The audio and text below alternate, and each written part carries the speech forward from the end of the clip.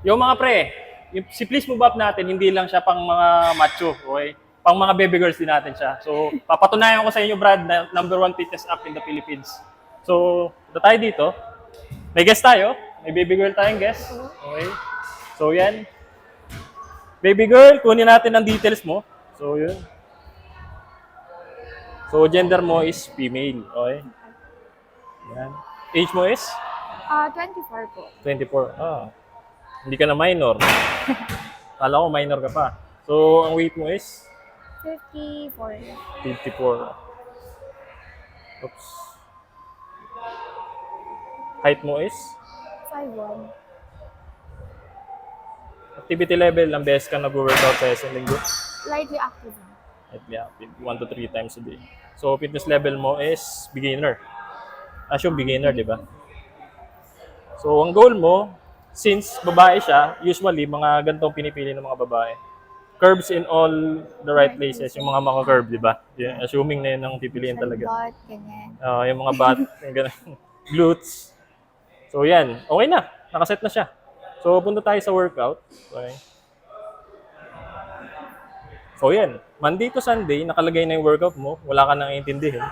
Including active recovery and rest day. So, siya.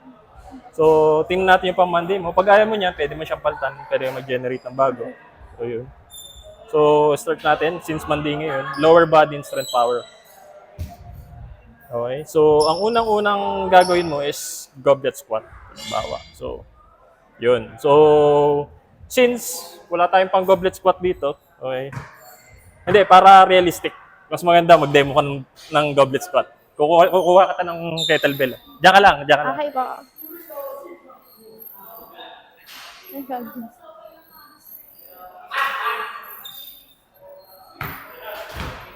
Ano, ganito din.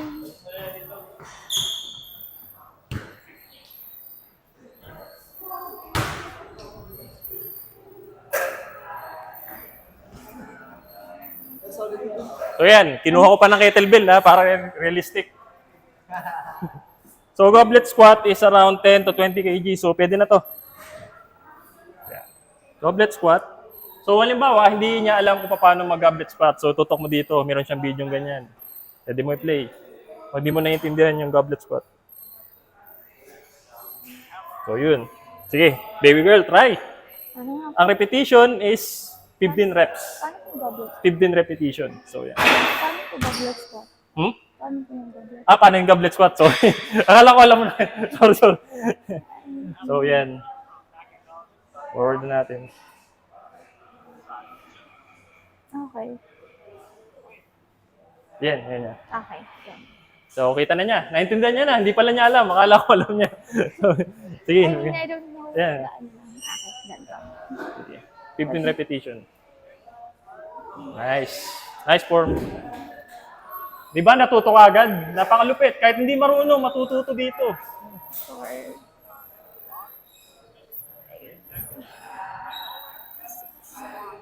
So, okay na yan. Baka mapagod ka. Alam na nila yun. Naka 15 repetition ka. okay. So, yun. So, ito, mapunta naman tayo sa tawag ito, nutrition. Okay? Balik mo dito. So, ito yung goal mong nutrition, meal plan. May meal plan siya eh. So, Monday to Sunday, nakaset na yung meal plan mo. Ang total calorie intake mo per day, dahil babae ka, at saka weight mo ganyan, 1,700 calorie per day. So, check natin yung Monday mo. Okay. Vegetable omelette with rice. Nakain ka ba niyan? Yes po. Mahilig ka sa gulay. Sakto lang. Sakto lang. So, nakalagay na yung ingredients niya. 3 large eggs, onion, bell pepper, spinach, olive oil, rice. Pagka hindi mo alam kung paano i-prepare, meron siyang instruction sa baba. Okay. Sukat na sukat yan. So, may preparation instruction video din.